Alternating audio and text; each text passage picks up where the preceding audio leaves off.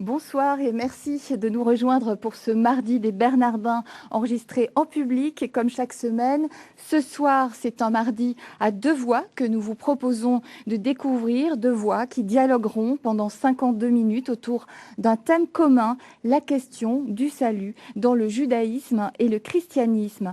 Je rappelle que cette conférence s'inscrit dans le cadre d'un cycle de 4 rencontres autour de la question du salut dans les religions. L'Église affirme qu'elle a pour mission d'annoncer à tous les hommes le salut en Jésus-Christ. Que signifie une telle affirmation? Comment un juif l'entend-il? Qu'est-ce que le salut pour un juif et pour un chrétien? Toutes ces questions seront réfléchies et approfondies ce soir par nos deux invités que je vous présente d'ailleurs tout de suite. Bonsoir, rabbin Rivon Krigier. Vous êtes le rabbin de la communauté Massorti Hadat Shalom, qui se trouve dans le 15e arrondissement de Paris. Hadat Shalom signifie Assemblée de la paix. Vous êtes également docteur en sciences des religions.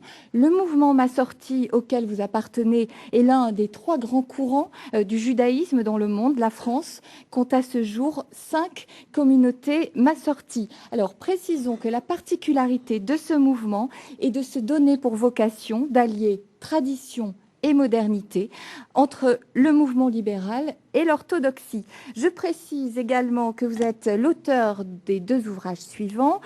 Le premier s'intitule « À la limite de Dieu », édition Publisud. Je crois qu'il est paru en 1998.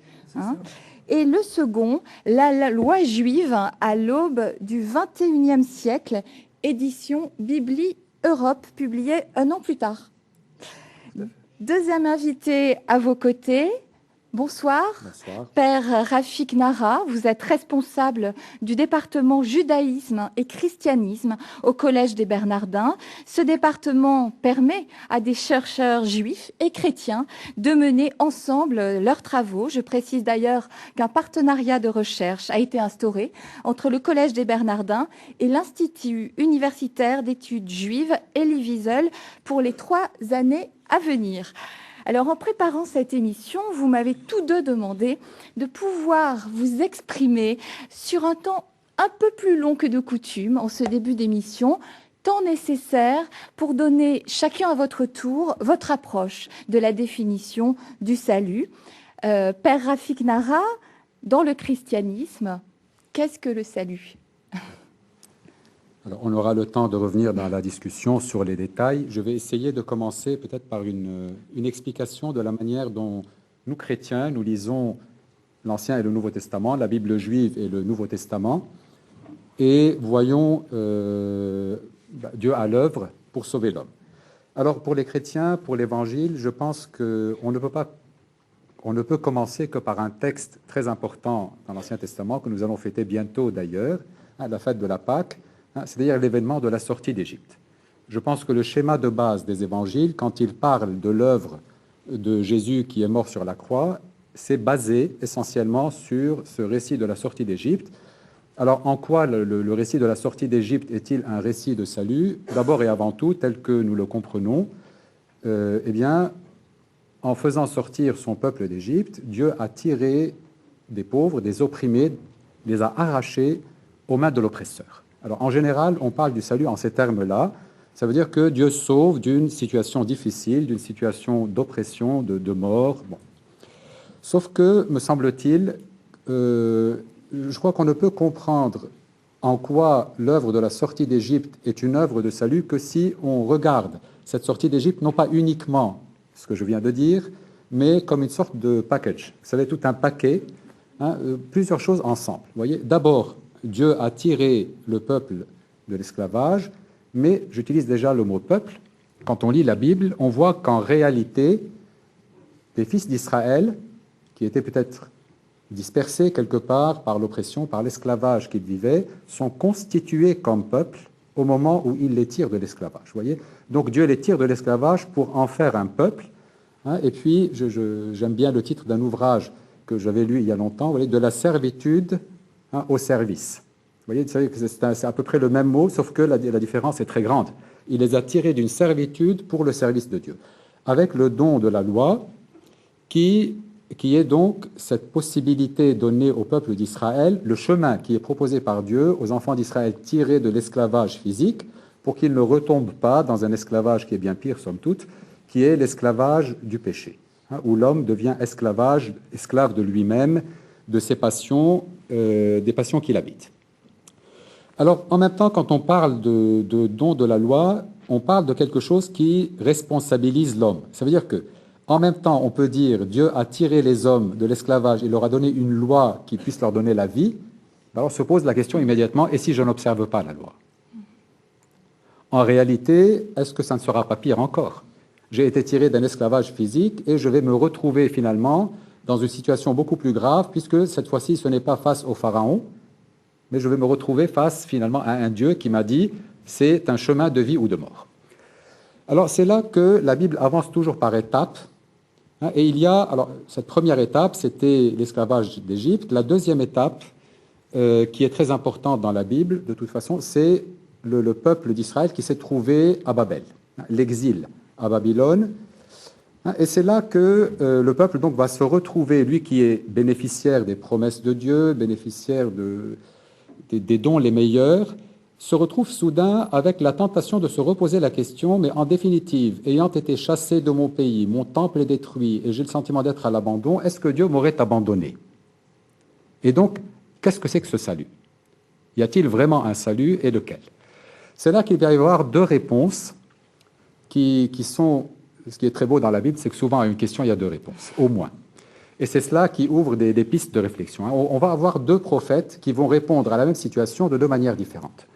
Le prophète Ézéchiel a une réponse qui est quelque part, quand on lit le début de ce livre, qui est un peu lapidaire. C'est-à-dire qu'en réalité, il va considérer cette situation, dans toute la première partie de son livre, pratiquement comme une sorte de châtiment, parce que le peuple n'a pas observé la loi, au point que, quand on lit les quelques 20 premiers chapitres d'Ézéchiel, on se demande est-ce que l'alliance continuera ou pas, ou est-ce que c'est terminé?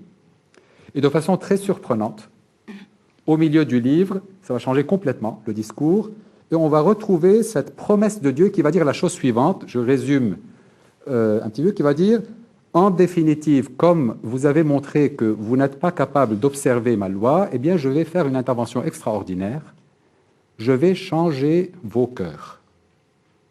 Parce qu'en fait, le problème, c'est le cœur. Le problème n'est pas... Souvent, on imagine que le problème du salut, ce sont les autres qui m'empêchent de vivre. En réalité, souvent, ce qui m'empêche de vivre, c'est ce qui est à l'intérieur de moi-même. Et donc, il y a cette promesse de Dieu qu'il va changer le cœur donc, des fils d'Israël pour qu'ils puissent observer ses lois et sanctifier le nom de Dieu au milieu des nations. La deuxième réponse, ça c'est la première. La deuxième réponse, elle vient compléter heureusement cette intervention d'Ézéchiel. Sa deuxième réponse, c'est ce qu'on appelle le deutéro-Isaïe, un prophète qui, au nom d'Isaïe, va intervenir avec des textes très mystérieux, qui va poser la question, est-ce que nécessairement la souffrance du peuple est la conséquence du péché?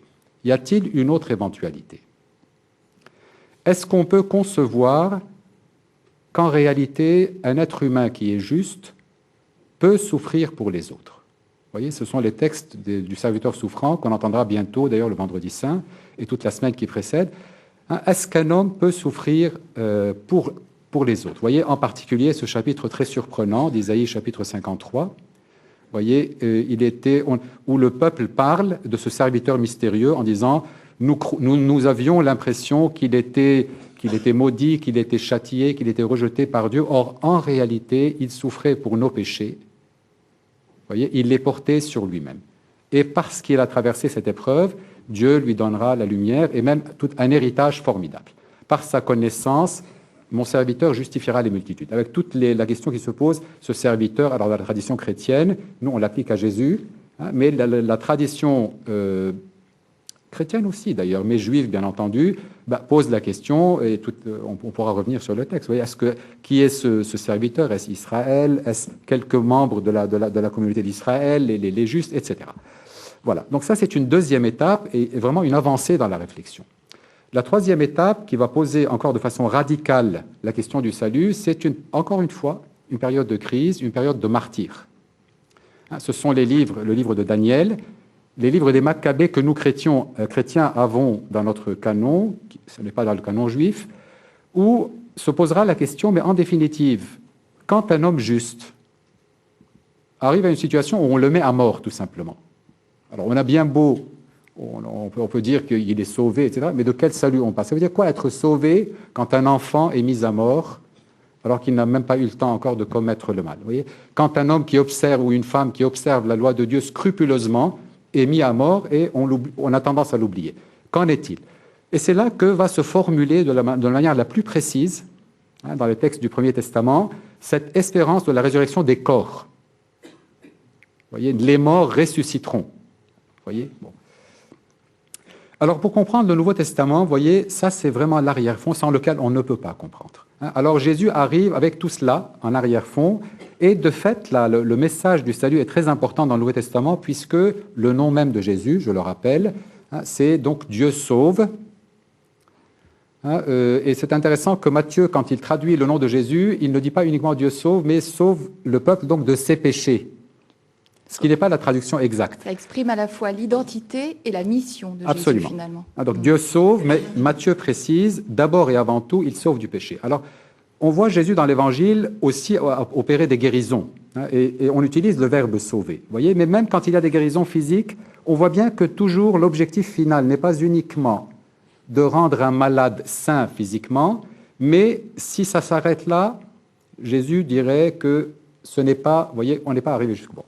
Et donc, cette question du salut qui va se préciser dans le Nouveau Testament comme étant quelque chose qui est en rapport avec le péché, et Jésus dira à un moment déterminé, le Fils de l'homme n'est pas venu pour être servi, mais pour servir et donner sa vie en rançon pour la multitude. Il va se présenter comme quelqu'un, c'est très mystérieux comme expression, on en a l'habitude, nous chrétiens, mais il vient en rachat pour les multitudes, pour racheter. Ça signifie que ça apporte une dimension universelle? Alors, universel, et puis, exactement. Alors, il y a déjà la dimension universelle qui est une nouveauté, tout à fait, dans le Nouveau Testament, me semble-t-il, mais on peut aussi en discuter. Et également, c'est cette idée qui, véritablement, n'est pas simple à comprendre dans le christianisme, que la mort de quelqu'un rachète les autres. Vous voyez, ça n'est pas très simple. Et Jésus, au moment de l'institution de l'Eucharistie, il dit « c'est la coupe de mon sang versée en rémission des péchés ». Là aussi, vous voyez, voilà. Et donc ça sera la base de la pensée chrétienne, et ça va focaliser beaucoup la pensée chrétienne sur cette dimension de péché individuel qui a besoin d'un pardon, vous voyez, pour entrer dans la vie éternelle. Voilà. Avec un certain nombre de paroles de Jésus qui semblent quelque part, parfois, relativiser certaines réalités de ce monde, parce que l'essentiel est au-delà. Voilà. Alors, à côté de cet aspect individuel, quand même, dans l'Évangile, on voit Jésus constituer tout de même une communauté. Vous voyez, les 12 apôtres et une sorte de congrégation dans les Actes des Apôtres. Donc on va voir, si vous voulez, en même temps une insistance sur l'individu, mais en même temps une insistance sur l'individu qui appartient à une communauté. C'est véritablement en rapport avec l'histoire d'Israël. De ce point de vue-là, il y a véritablement une volonté de continuer dans le schéma d'Israël. Et donc, la constitution d'une communauté qui va être d'ailleurs comprise dans l'histoire chrétienne comme véritablement, le terme n'est pas très beau, mais un organe du salut. Ça veut dire que le salut passe à travers les sacrements de l'Église, vous voyez, qui agit au nom du Christ. Vous voyez, voilà. Avec peut-être, bon, je crois que je dois être à la limite de mes 10 minutes. Vous pouvez un petit peu continuer au sujet des sacrements, justement. Est-ce que le sacrement devient alors une condition du salut ? Et une condition du salut je n'aime pas l'expression. Je vous dis immédiatement pourquoi. Car dans ce cas-là, celui qui n'a pas accès au sacrement, je l'ai mis dehors. Or, Jésus, dans l'Évangile, en réalité, si on regarde dans l'Évangile, il n'a jamais donné autorité à quiconque de placer quelqu'un à l'intérieur du salut ou quelqu'un d'autre à l'extérieur du salut. Vous voyez, c'est un moyen du salut. Et on en reparlera certainement plus Exactement. tard dans l'émission. Voilà. Donc, peut-être un dernier point que je pense qu'il y aura besoin, ou maintenant ou dans la suite, de l'expliquer, car il me semble qu'il y a une confusion souvent dans le monde chrétien sur cette affaire-là. C'est un rapport avec Saint Paul qui est tout de même compliqué, mais qui est très riche, où on parle parfois, dans le christianisme, on dit qu'on est sauvé par la foi. Une expression qui n'existe pas dans le Nouveau Testament, vous voyez. On pourra revenir là-dessus dans la suite. Vous voyez, saint Paul parle d'une justification par la foi en vue du salut. Ça veut dire qu'on est rendu juste, particulièrement au baptême, où ou à travers les sacrements et autres, en vue du salut, sachant que devant Dieu, on est jugé sur ses œuvres, hein, pas sur sa foi, c'est très difficile. Vous savez quoi, on est jugé sur sa foi. Voyez, ou alors une autre expression, c'est qu'on est sauvé par la grâce de Dieu, moyennant la foi. Ce sont les deux expressions pauliniennes. Voyez, sauvé par la grâce. Ça veut dire que le salut n'est pas quelque chose que l'homme achète, c'est un don de Dieu, moyennant la foi, sauf que, au jour décisif, on est jugé sur ses œuvres tout de même. Voilà. Très bien. Alors, on retiendra donc ces 3 étapes dont vous venez de nous parler et qui mettent évidemment en perspective cette question-là du salut. Rivonne Crigier, à vous de nous parler justement de ce salut. Oui, eh bien, écoutez, d'abord, j'étais très heureux d'entendre l'exposé de mon ami Rafik Nara. Et j'entends dans son exposé à la fois la proximité et les différences d'approche, puisque je ne placerai pas, pour ma part, l'histoire du salut selon l'orientation qu'il donne. Et c'est bien pour ça qu'il y a évidemment des religions différentes et des dialogues. Du point de vue de la tradition juive, il n'y a pas de discussion, évidemment, sur la première étape. La sortie d'Égypte reste le paradigme de toute émancipation, dans la mesure où il s'agit de sortir effectivement de l'oppression, mais plus encore, on le voit, dès la sortie d'Égypte, le peuple est acheminé vers le mont Sinaï. La sortie d'Égypte a une orientation spirituelle très claire qui est celle du don de la loi, mais ne réduisons pas seulement à la loi, puisque la Torah, c'est le don de la spiritualité, le don du message de Dieu, de la parole divine, qui comporte notamment la loi, mais également des injonctions d'ordre éthique, des orientations spirituelles. Et donc, cette première étape, pour nous juifs, reste la référence incontournable, non dépassée. Elle comporte d'entrée de jeu l'exigence de Dieu à l'égard de l'homme. Et c'est peut-être le mot sur lequel je voudrais insister. Le judaïsme ne s'est jamais épuisé de la loi, il ne s'est jamais épuisé de la conviction que l'homme devait être apte, capable, responsable devant Dieu de répondre à ses exigences. Et donc ne s'est pas engagé dans une logique qui consisterait à substituer l'effort par une autre économie qui serait le salut par la souffrance du serviteur, qui en somme concentrerait en lui les défauts humains et pourrait les absoudre. Pour le judaïsme, il n'y a pas de cette délégation-là.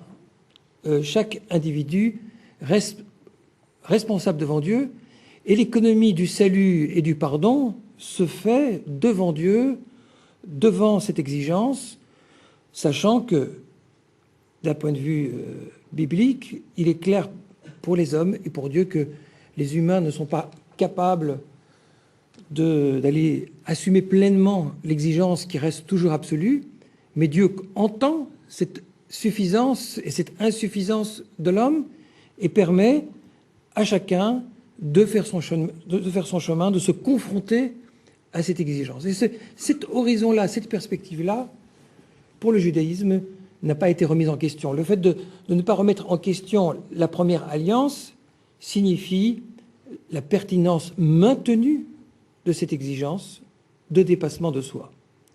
Il est vrai qu'elle s'adresse au départ à un peuple particulier, mais on peut voir au sortir de l'Égypte, et notamment au pied du mont Sinaï, que cette élection prend une orientation très particulière. Le peuple est appelé à devenir une nation sainte, une royauté de prêtres.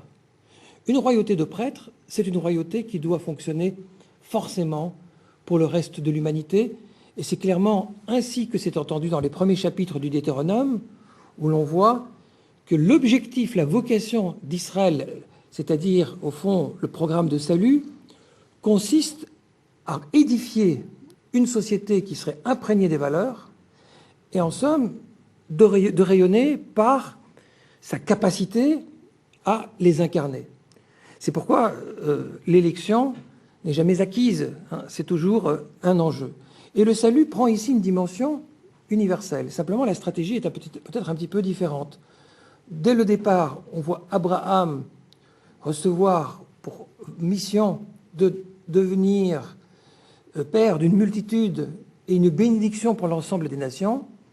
Et dans l'Exode et dans le Deutéronome, on voit le peuple de l'Alliance recevoir pour vocation d'édifier une civilisation qui serait imprégnée des valeurs et qui servirait, selon l'expression des prophètes, de lumière pour les nations. Donc, la conviction, l'économie, la stratégie du salut consiste à prendre sur soi des obligations, à les réaliser et à les incarner. Nous pourrons parler par la suite de l'évolution de cette conception qui va bien sûr prendre une dimension peut-être plus métaphysique, plus individuelle. Le salut n'est pas simplement le salut du peuple ou le salut politique. Mais effectivement, ce sont des développements qui vont être beaucoup plus affinés dans la littérature très importante, fondatrice du judaïsme, qui est la littérature rabbinique et talmudique. Alors, les choses sont posées. Posons-nous maintenant la question des voies d'accès à ce salut pour l'homme. Rivonne Krigier, de quelle manière un juif peut-il préparer son propre salut et celui de ses frères? Alors, tout à l'heure, Rafik Nara parlait de la préparation des cœurs et dans Ézéchiel, la nécessité d'avoir une sorte de mutation du cœur. C'est vrai que Ézéchiel parle d'un cœur nouveau qui est octroyé par Dieu, mais en réalité, il reprend déjà un thème énoncé dans le Deutéronome que les chrétiens connaissent bien et qui est celui de la circoncision du cœur. Or, j'invite les auditeurs et les spectateurs à aller feuilleter le Deutéronome. Ils remarqueront que cette expression revient dans deux contextes différents. Une fois, c'est Dieu qui circoncit les cœurs, et une fois, c'est Dieu qui demande aux hommes de circoncire leur cœur. C'est-à-dire que la vision du salut est en synergie. Dieu n'octroie pas à lui seul le salut. Il n'envoie pas à lui seul un sauveur, selon le judaïsme, qui va réaliser le salut. Chaque individu, dans son effort de transfiguration, dans l'acquisition des valeurs qui sont les siennes, dans l'obéissance qu'il a à l'exigence divine, se transfigure, se transforme. La récompense ou la punition ne sont pas des choses dissociées de l'action. Ce n'est pas que je fais quelque chose et puis si Dieu veut bien ou ne veut pas, il me punira ou non. En réalité, la punition et la récompense, c'est l'effet de la transfiguration que chaque individu fait lorsqu'il se forge à partir du dépassement de soi, à partir de ce que Dieu lui demande. Et donc le salut est d'abord une construction qui incombe aux personnes humaines, juives, parce qu'elles sont directement concernées par l'Alliance, mais également non juives, parce que pour la tradition juive, les commandements de Dieu sont également portés à l'universel, et il existe, selon le judaïsme, des commandements qui concernent l'homme en tant qu'il est homme. Donc ce que j'énonce ici, pour le judaïsme, a valeur universelle. Bernard, souhaitez-vous réagir à cette réponse? Sinon, moi, j'ai une phrase sur laquelle j'aimerais vous faire réagir. Dans la conférence de carême que monsieur le rabbin a donnée dimanche dernier à Notre-Dame, il a prononcé une phrase. Nos traditions respectives partagent une conviction fondamentale. En amont, Dieu se fit logos, c'est-à-dire qu'il y a l'idée de vérité révélée, de ce salut révélé. Comment réagissez-vous à cette phrase? Tout à fait. On a, nous aussi, d'ailleurs, la vérité révélée, l'évangile selon saint Jean commence par le Verbe s'est fait chair. Ce qui montre bien la centralité de cette dimension-là. Et c'est vrai que l'évangile selon saint Jean parle beaucoup également de l'importance de la connaissance. Jésus dit au chapitre 17 de saint Jean, la vie éternelle, c'est de te connaître, toi, donc le Père, et celui que tu as envoyé, Jésus-Christ. Il faut préciser simplement qu'il ne s'agit pas, on peut se tromper là-dessus, il ne s'agit pas d'une forme de gnosticisme. Quand on dit que la connaissance nous sauve, il faut se souvenir également que dans la Bible, la connaissance, le verbe connaître, c'est le verbe qui est utilisé pour les relations conjugales. C'est-à-dire que c'est un verbe qui signifie une intimité, un rapport, le rapport homme-femme, si vous voulez, une dépendance mutuelle. Vous voyez, donc connaître Dieu à partir de sa révélation, ça veut dire être en relation intime avec lui selon la conception qu'on en a. Vous voyez, par exemple, mon ami Rivonne parlait tout à l'heure de cette observance de la loi. Pour le chrétien, il est clair que si vous voulez, le chemin vers le Père, Jésus le dit, je suis le chemin, la vérité et la vie. Donc le chemin vers le Père, pour un chrétien, c'est Jésus. Vous voyez, et c'est pour cela que les chrétiens, traditionnellement du moins, tiennent à baptiser l'enfant, vous voyez, parce que il y a cette idée, vous voyez, cette conviction, cette foi que le baptême, avec l'acte de foi des parents, c'est une manière d'associer l'enfant, on parlait, vous voyez, de cette relation intime, d'associer l'enfant à l'œuvre du Christ.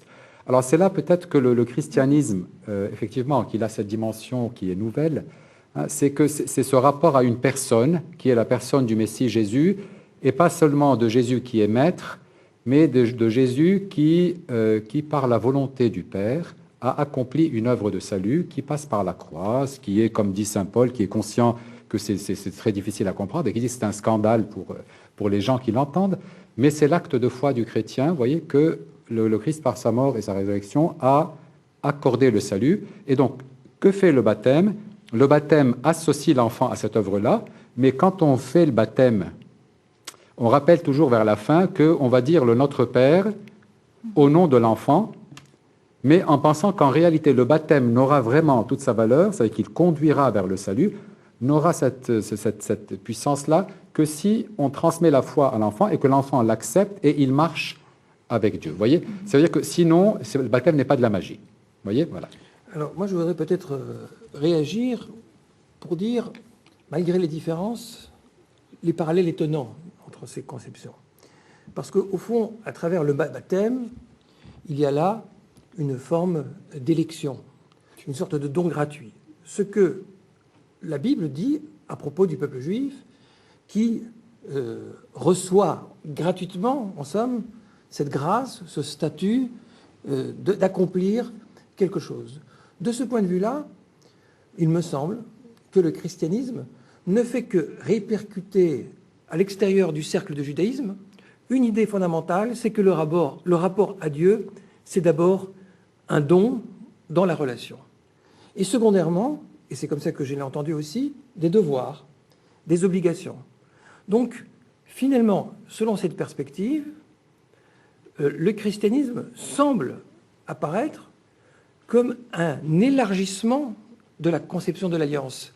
Vous savez, très souvent, on a opposé une alliance à l'autre, l'une venant remplacer la première, c'est la fameuse théologie de la substitution. Selon le schéma qu'explique Rafik, il y a ici l'idée que quelque chose de cette grâce qui a été accordée à Israël se communique certes par un autre biais à ceux qui, autour de la figure de Jésus, vont recevoir ce statut, mais qui va les induire eux-mêmes dans une dynamique de devoir. Et là, on est dans une perspective de complémentarité sur laquelle vous êtes partis. C'est-à-dire que le logos, c'est quoi? C'est cette chose extraordinaire qui est que Dieu s'exprime et que, en quelque façon, nous, les humains, pouvons capter quelque chose de la parole divine. C'est-à-dire que la religion n'est pas invention pure imaginaire, mais qu'elle est captation de quelque chose. Et cette captation se traduit différemment suivant les civilisations d'une culture à l'autre.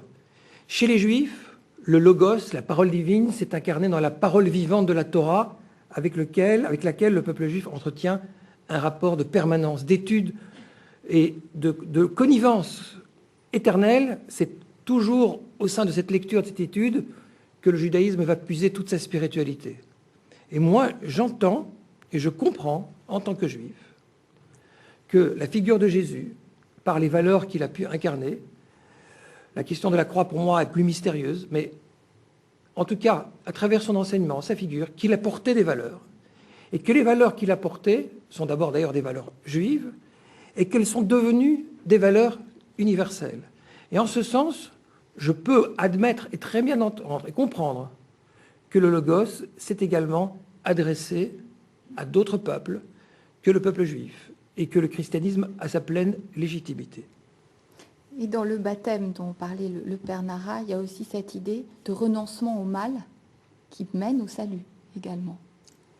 De toute façon, le choix du Deutéronome choisit la vie et renonce à la mort, il est toujours là, vous voyez. Et c'est pour ça que je disais tout à l'heure, j'insistais sur le caractère erroné en fait d'une expression qu'on a héritée, peut-être d'une certaine simplification quand on parle du Nouveau Testament et qu'on dit on est sauvé par la foi. Ça ne veut rien dire. Ça veut dire quoi qu'on est sauvé par la foi? Vous voyez, on arrivera devant Dieu et puis je veux dire j'ai beaucoup la foi. Saint Jacques lui-même répond déjà, il dit montre-moi par tes œuvres, montre-moi que tu as la foi. Si quelqu'un a faim ou il meurt à côté de toi et que toi tu as la foi et tu pries et tu ne le regardes pas, ta foi est vaine. Vous voyez? Donc en définitive, on est ramené nécessairement aux œuvres. Voilà. Alors aux œuvres et en parlant, puisque là je t'entendais parler, je pense qu'il y a deux choses en tout cas que nous chrétiens on ferait bien en fait d'être plus attentifs là-dessus. Je pense qu'on les a un peu perdus. C'est l'importance de l'étude et puis la manière de sanctifier la journée, voyez, par des actes concrets. Je pense qu'on le faisait avant plus qu'aujourd'hui. Voyez, alors tout le temps, quand on est à table, on dit oui, on se souvient que nos grands-mères faisaient un signe de croix sur la pâte avant de la mettre au four, etc. Voyez, et de fait, aujourd'hui, je pense que le fait que saint Paul nous ait dit que effectivement, on n'est pas sauvé par l'observance des lois, on a tellement relativisé ce fait qu'en définitive, on risque d'oublier que Dieu est présent dans la journée. Voyez, s'il n'y a pas d'acte qui ponctue la journée, vous voyez, une sorte de commandement, oui, effectivement. Voyez, si vous permettez, oui. je voudrais rebondir et dire que là, c'est vraiment un point sur lequel aujourd'hui, juifs et chrétiens, peut-être, trouvent une sensibilité commune. Je voudrais faire, une fois n'est pas coutume, une citation du Nouveau Testament, celle de Matthieu 12, qui dit qu'on reconnaît l'arbre à son fruit. J'entends cette parole et je la trouve d'une très grande puissance. L'authenticité d'une religion, y compris dans son message de salut, c'est précisément de véritablement incarner ce qu'elle prétend. C'est ce que tu as évoqué à propos de Jacques, qui disait que la foi se traduit dans les œuvres. Eh bien, nous trouvons dans les Proverbes, c'est-à-dire dans l'Ancien Testament, cette idée déjà présente que probablement Matthieu tire, ou en tout cas attribuée à Jésus, Pri, Tzadik, Etzraïm, le fruit du juste est un arbre de vie. C'est au fond la même idée. C'est ce que le juste accomplit qui se développe en arbre. Et on retrouve donc au fond une idée absolument, à mon avis, centrale pour la question du salut. Moi, en tant que juif, je peux reconnaître un débordement du messianisme en dehors des frontières d'Israël, suivant ce que l'Église, ce que les chrétiens accomplissent. Si leurs œuvres sont des œuvres de salut, de messianisme, parce qu'elles édifient l'humanité, de facto, ce sont les fruits du messianisme. Et le messianisme connaît un élargissement. Et au fond, c'est le vœu d'Israël que d'exporter cette idée forte du monothéisme.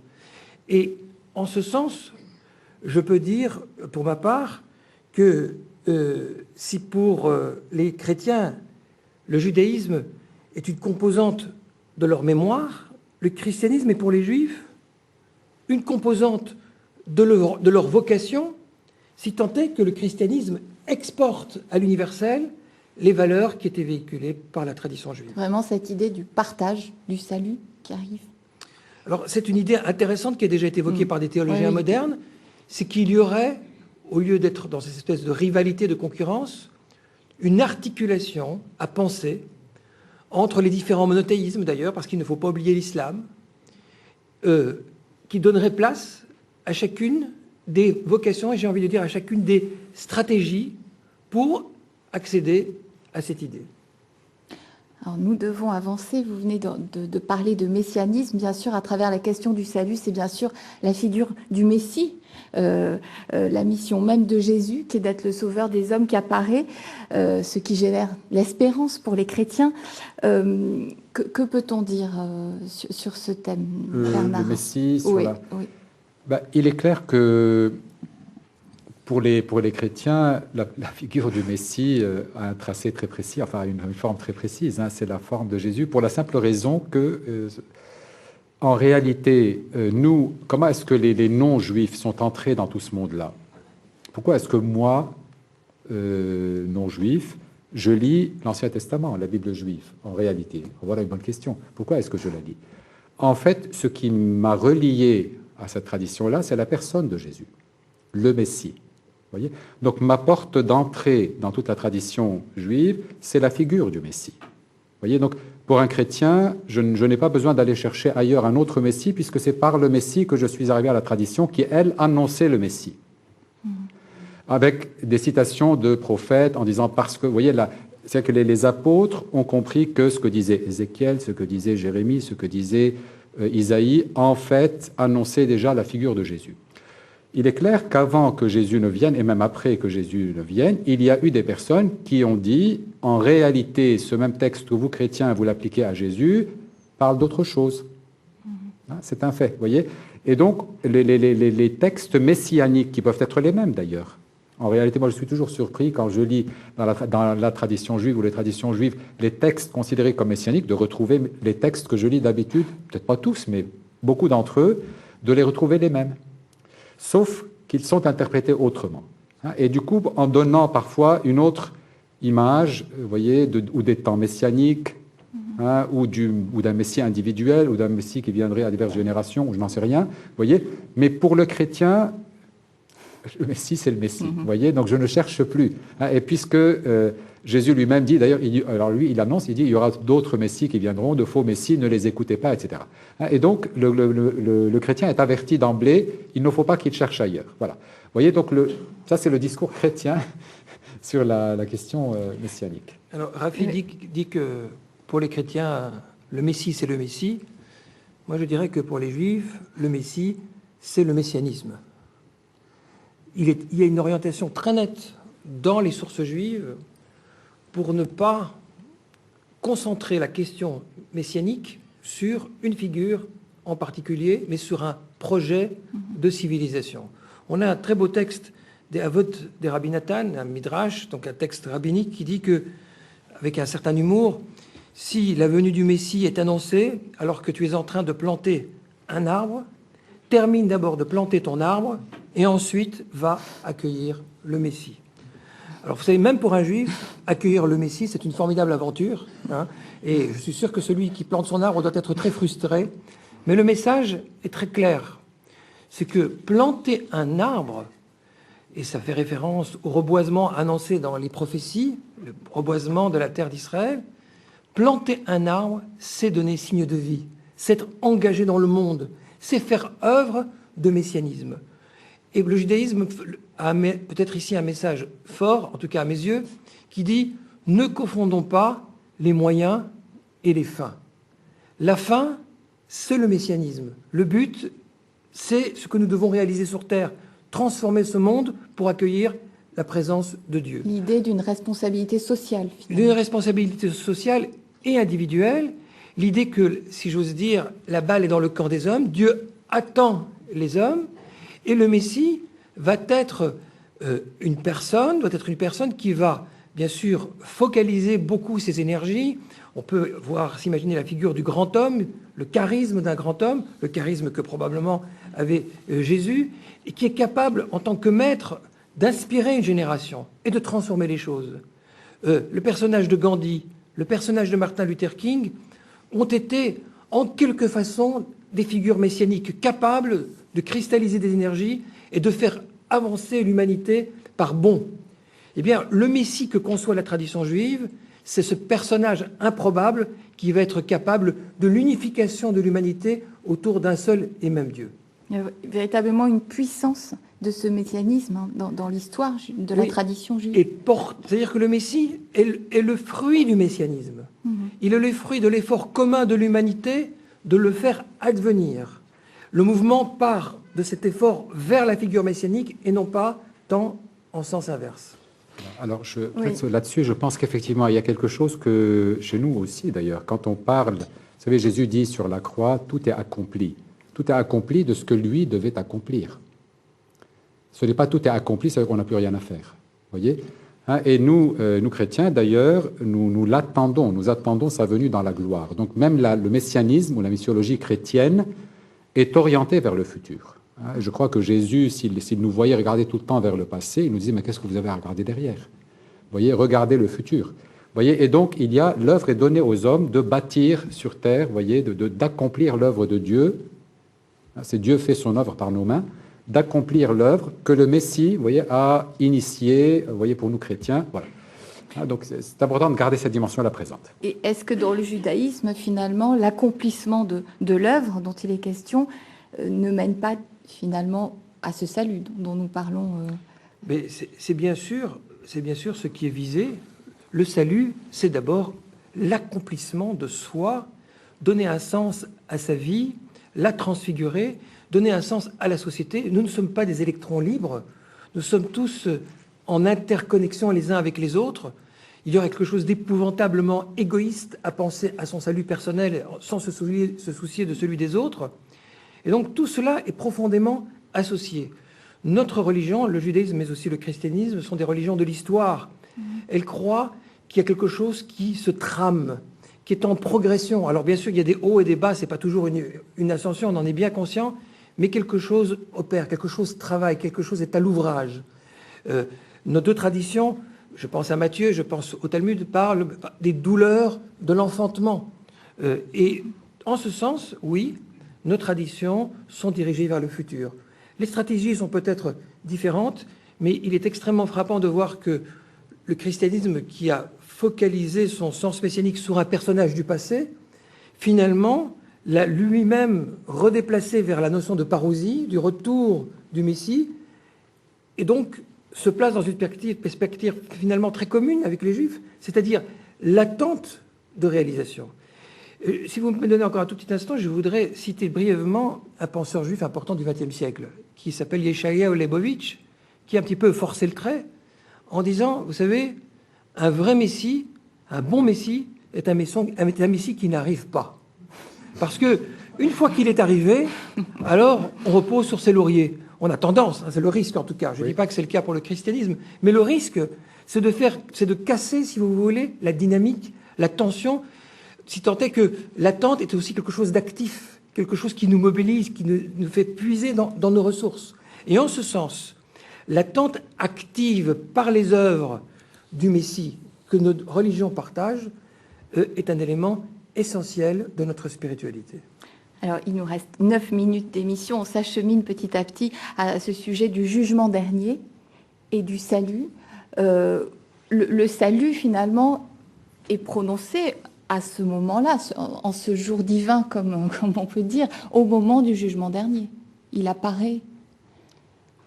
Absolument. Au jugement dernier, il apparaît. Mais en tout cas, dans la foi chrétienne, c'est aujourd'hui. Vous voyez, Jésus a beaucoup d'expressions paradoxales dans l'Évangile. Qui veut sauver sa vie, la perdra. Qui perd sa vie à cause de moi, la sauvera. Vous voyez, donc le salut, ce n'est pas demain, ce n'est pas à la fin du monde. Vous voyez, et il y a d'ailleurs cette notion-là qui rend la lecture, par exemple, de l'Évangile selon Saint Jean en particulier, très difficile. Vous voyez, on a l'impression que parfois ça se superpose, aujourd'hui et la fin. Vous voyez, on est déjà vivant ici. Vous voyez, ce n'est pas que j'attends la fin des temps pour que se révèle. Alors, à la fin des temps, effectivement, on l'espère, du moins qu'il n'y aura plus de souffrance et de mort. Mais l'œuvre de salut, cet enfantement dont tu parlais, il est à l'œuvre aujourd'hui pour naître à la vie éternelle. Et d'une certaine manière, il y a une manière de vivre. Dans la tradition chrétienne, il y a cette idée-là. D'abord, par exemple, on faisait l'examen de conscience chaque soir, qui demeure tout à fait possible aujourd'hui. On peut continuer à le faire. Hein, et puis, on a le sacrement de réconciliation, le sacrement de la confession. C'est un peu, alors parfois on le perçoit comme un tribunal de Dieu quand on y va, parce que c'est un peu difficile d'aller confesser ses péchés. C'est un heureux tribunal. Un heureux tribunal, ça veut dire c'est un endroit où je vais pour entendre prononcer, puisque c'est le commandement du Christ de le faire, entendre prononcer sur moi cette parole de celui qui vient au nom du Messie, me dire, au nom du Messie, je te pardonne tous tes péchés, hein, au nom du Père et du Fils et du Saint-Esprit. Donc ça, vous voyez, en tout cas, ce que le christianisme propose par là, c'est un chemin, une sorte de... Vous voyez, je n'attends pas le jugement de Dieu le dernier jour. Vous voyez, c'est une manière de dire, tout au long de ta vie, prépare-toi à la rencontre de Dieu. Et si tu le vis, tu n'as aucune crainte. Vous voyez? Mais si l'homme est dans l'oubli de Dieu, somme toute, même quand on parle, vous savez, bon, on dit donc le paradis, le purgatoire, l'enfer, etc. Somme toute, l'idée qui est derrière, c'est quoi? Cette idée terrible de l'enfer. Alors souvent, on l'a représenté, vous voyez, de façon absolument effrayante, etc. L'enfer, c'est la nécessité de parler de ce qu'on appelle l'enfer, c'est simplement le rappel de la responsabilité de l'homme. Ça veut dire, homme, ne te dis pas, je suis capable de faire n'importe quoi et tout ira bien. Tu es responsable de tes œuvres. C'est ça qui est derrière. C'est-à-dire que de dire, si l'homme refuse entièrement, vous voyez, d'être responsable de ses œuvres, il tue, il vole, etc., n'imagine pas que cela te conduira à la vie. C'est cela la possibilité de l'enfer. Le purgatoire, l'idée qui est derrière, ça veut dire qu'en fait, entrer dans la gloire de Dieu, on n'y entre pas comme on entre à la cuisine pour ouvrir le frigo et manger. Vous voyez, entrer dans la gloire de Dieu, c'est s'y préparer. Vous voyez, et si l'homme ne se prépare pas dans cette vie sur terre, il y a des expressions dans le Nouveau Testament, hein, comme à travers le feu. Saint Paul utilisera cette expression-là. Le feu au sens de la purification. C'est-à-dire que l'homme aura besoin, de toute façon, d'être purifié pour voir Dieu. Vous voyez ? Mais si moi je vis aujourd'hui en faisant de mon mieux, en me convertissant, en essayant d'aimer, de me donner au maximum et d'être responsable, je n'ai rien à craindre. En gros, c'est ça, vous voyez, ce qu'on appelle le jugement, me semble-t-il, en tout cas dans la foi chrétienne. Alors moi, je serais d'accord pour mettre tout le centre de gravité sur le temps présent. Le temps présent porte l'éternité. Le temps présent porte l'enjeu de l'éternité. C'est ici-bas que se fabrique l'éternité. C'est ici-bas que se fabrique le salut à chaque instant de responsabilité. Et l'idée de se faire effrayer par un Dieu menaçant, il n'y a rien de plus nocif et de plus contre-productif. On sait très très bien, aujourd'hui plus que jamais, que la culpabilisation ne permet pas l'épanouissement des personnes.